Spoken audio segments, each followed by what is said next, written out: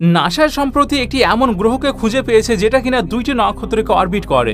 এই গ্রহে আপনি একটি না বরং 2টি সূর্যোদয় এবং 2টি সূর্যাস্ত দেখতে পাবেন। এই গ্রহের নাম কেপলার 16b। এই গ্রহকে নাসা 2011 সালের 15 সেপ্টেম্বরে ডিসকভার করে। কিন্তু আশ্চর্য অদ্ভুতভাবে এই গ্রহের ব্যাপারে কোরআনে 1400 বছর আগেই জানিয়ে দেওয়া হয়েছে।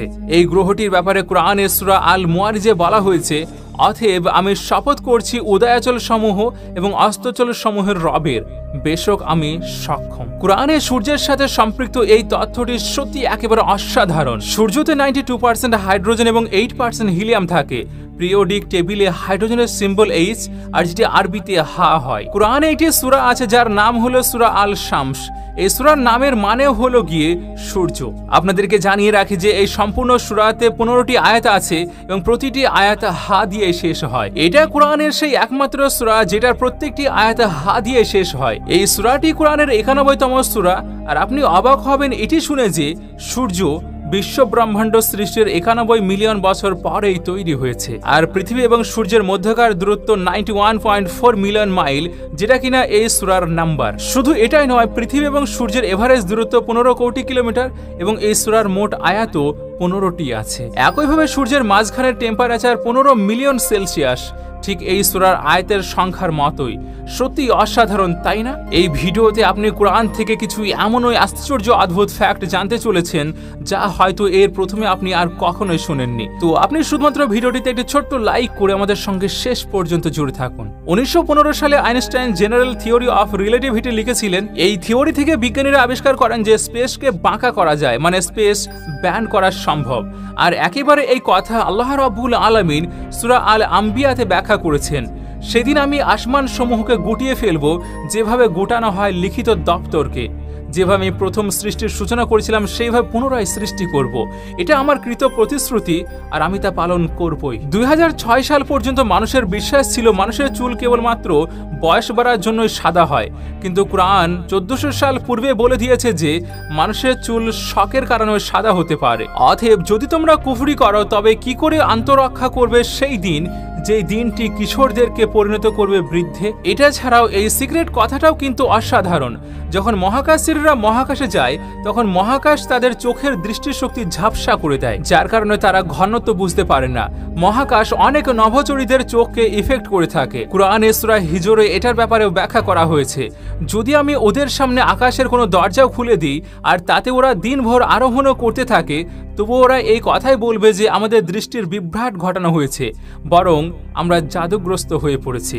গবেষকরা এটা আবিষ্কার করেছেন যে মানুষের হাড় মৃত্যুর পরে পাথর কিংবা লোহাতে পরিণত হতে পারে, আর এটাকে পিরিটাইজে ফসিলস বলা হয়। কিন্তু এর উল্লেখ 1400 বছর প্রথমে কোরআনে সূরা আল ইসরার আয়াত নম্বর 49 এবং 50 মধ্যে খুব সুন্দর করে ব্যাখ্যা করে দেওয়া হয়েছে।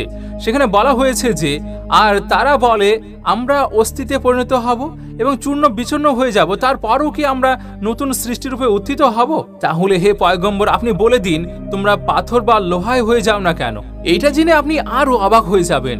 আপনি কি জানেন স্ত্রী মাকড়সা বাচ্চা প্রসবের পরে পুরুষ মাকড়সাদেরকে মেরে ফেলে দেয়, আর কিছু সময় পর যখন বাচ্চারা বড় হয়ে যায় তখন তারা তাদের মাকে মেরে ফেলে দেয়। আর এটাই হলো পৃথিবীর সবচাইতে খারাপ ঘর, এটাকেও কোরআনের মধ্যে ব্যাখ্যা করা হয়েছে। আর যারা আল্লাহ ছাড়া বহু অভিভাবক গ্রহণ করে তাদের দৃষ্টান্ত মাকড়সার ন্যায়, যে ঘর বানায় আর ঘরের মধ্যে মাকড়সার ঘরই হলো সবচেয়ে দুর্বলতম। যদি তারা জানতো। এই আয়াতে এটা বলা হয়েছে যে স্ত্রী মাকড়সারাই বাড়ি বানায়, পুরুষ মাকড়সারা না। কিন্তু মজার ব্যাপার এটাই যে অনেক সময় ধরে বিজ্ঞানীদের ধারণা ছিল যে পুরুষ মাকড়সারাই ঘর বানায়, স্ত্রী মাকড়সারা নয়। কিন্তু সব সময়ের মতো এবারও কোরআন সঠিক প্রমাণিত হলো, আর এখন বিজ্ঞানীরাও কোরআনের সাথে সম্পূর্ণ একমত পোষণ করে থাকে। যেমনটা আপনারা জানেন, মানুষের আঙ্গুলের ফিঙ্গারপ্রিন্ট তার শরীরের সবচাইতে কমপ্লিকেটেড অংশ। প্রত্যেক মানুষের আঙ্গুলের ফিঙ্গারপ্রিন্ট আলাদা আলাদা হয়ে থাকে। আর এই কথাটাও আল্লাহ রাব্বুল আলামিন কুরআনুল কারীমের মধ্যে ইরশাদ করেছেন। অবশ্যই হ্যাঁ, আমি তার আঙ্গুলের আগা পর্যন্ত পুনঃবিন্যস্ত করতে সক্ষম। আমরা যে লোহা ব্যবহার করি এগুলো আসলে মহাকাশ থেকে এসেছে। আজ থেকে হাজারো সাল পূর্বে লোহা মিটিওরের মাধ্যমে পৃথিবীতে আসে, আর যেটা একটা বৈজ্ঞানিক তথ্য। আর এই কথা কুরআনুল কারীমের মধ্যে 1400 বছর পূর্বে বলে দেওয়া হয়েছে। আর আমি আরো নাজিল করেছি লোহা, যাতে রয়েছে প্রচন্ড শক্তি এবং রয়েছে মানুষের জন্য বহুবিধ কল্যাণ। একইভাবে আল্লাহ রাব্বুল আলামিন সূরা আল আনামে বর্ণনা করেছেন, সুতরাং আল্লাহ কাউকে সৎ পথে পরিচালিত করতে চাইলে তিনি তার বক্ষ ইসলামের জন্য প্রশস্ত করে দেন এবং কাউকে বিপদগামী করতে চাইলে তিনি তার বক্ষ খুব সংকীর্ণ করে দেন, যেন মনে হয় সে কষ্ট করে আকাশে উঠছে। এভাবে আল্লাহ শাস্তি দেন তাদেরকে যারা ঈমান আনে না। এই আয়াতের উপর লক্ষ্য করুন, এখানে বলা হয়েছে বক্ষ সংকুচিত করে দেওয়া হয় যেন তারা জবরদস্তি আকাশে আরোহণ করছে। 1400 বছর পূর্বে কেউই জানতো না যে মানুষ যখন আকাশে আরোহণ করে তখন অক্সিজেনের অভাবে মানুষের বক্ষ সংকুচিত হয়ে আসে। আপনি কি জানেন সমুদ্রের তলদেশ পর্যন্ত সূর্যের আলো পৌঁছায় না? সূর্যের আলো সমুদ্রের ভিতরে কেবলমাত্র 200 মিটার পর্যন্ত পৌঁছাতে পারে। কিন্তু যদি এটা সত্য হয় তাহলে সমুদ্রের গভীরে যেসব প্রাণী আছে তারা কিভাবে জীবিত আছে এটার ব্যাপারে আল্লাহ রাব্বুল আলামিন বলে দিয়েছেন। অথবা তাদের কাজ গভীর সাগরের তলের অন্ধকারের মতো, যাকে আচ্ছন্ন করে তরঙ্গের উপর তরঙ্গ, যার ঊর্ধ্বে মেঘপুঞ্জ, অন্ধকারপুঞ্জ স্তরের উপর স্তর, এমনকি সে হাত বের করলে তা আদৌ দেখতে পাবে না। আর আল্লাহ যার জন্য নূর রাখেননি তার জন্য কোনো নূরই নেই। গবেষকরা এটা আবিষ্কার করেছেন যে সমুদ্রের তলদেশে একরকম অর্গানিজম থাকে যারা আলো উৎপন্ন করতে সক্ষম, আর এদেরকে বলা হয় বায়োলুমিনিসেন্ট। আমরা যে পানি ব্যবহার করি তা এই পৃথিবীর পানি নয়, বরং আজ থেকে হাজারো বছর পূর্বে মিটিওরের মাধ্যমে পানি এই পৃথিবীতে আসে, আর এটি অনেকগুলো জিওকেমিক্যাল গবেষণা থেকে জানতে পারা গিয়েছে। মানুষ যদি একটি বারের মতো কোরআনকে পড়ে নিত। কোরআনে এটাকেও ব্যাখ্যা করেছে, আর আমি আকাশ থেকে পানি বর্ষণ করি পরিমিতভাবে, অতঃপর আমি মাটিতে সংরক্ষিত করি, আর অবশ্যই আমি তা নিয়ে যেতেও সম্পূর্ণভাবে সক্ষম। এটা হচ্ছে রসেট নেবুলা। এটাকে 17 শতাব্দীতে ব্রিটিশ অ্যাস্ট্রোনমার জন ফ্ল্যান স্টিভ আবিষ্কার করেন। এই নেবুলার কথাও আল্লাহ রাব্বুল আলামিন কোরআনে ব্যাখ্যা করেছেন। যেদিন আকাশ বিদীর্ণ হবে সেদিন তার রক্তিম গোলাপের মতো লাল চামড়ার রূপ ধারণ করবে। আপনাদেরকে জানিয়ে রাখি যে মানুষ এবং পশু পাখির শরীরে যে ক্রোমোজোমের সংখ্যা আছে সেটিও আল্লাহ রাব্বুল আলামিন কুরআনুল কারীমের মধ্যে বলে দিয়েছেন। কোরআনের সূরা জালজালাতে মানুষ শব্দটির আগে 46টি শব্দ আসে। আপনি জেনে অবাক হয়ে যাবেন যে মানুষের শরীরে ক্রোমোজোমের সংখ্যাও 46টাই হয়। একইভাবে এই সূরাতে বানর শব্দটির আগে 48টি শব্দ আসে। আপনাদেরকে জানিয়ে রাখি যে বানরের শরীরে ক্রোমোজোমের পরিমাণও 48টাই হয়। এই সূরাতে মৌমাছি শব্দটির পূর্বে 16টি শব্দ আসে। মৌমাছির শরীরে ক্রোমোজোমের সংখ্যাও 16টাই হয়। এই সূরাতে ঘোড়ার শব্দটির পূর্বে 64টি শব্দ আসে।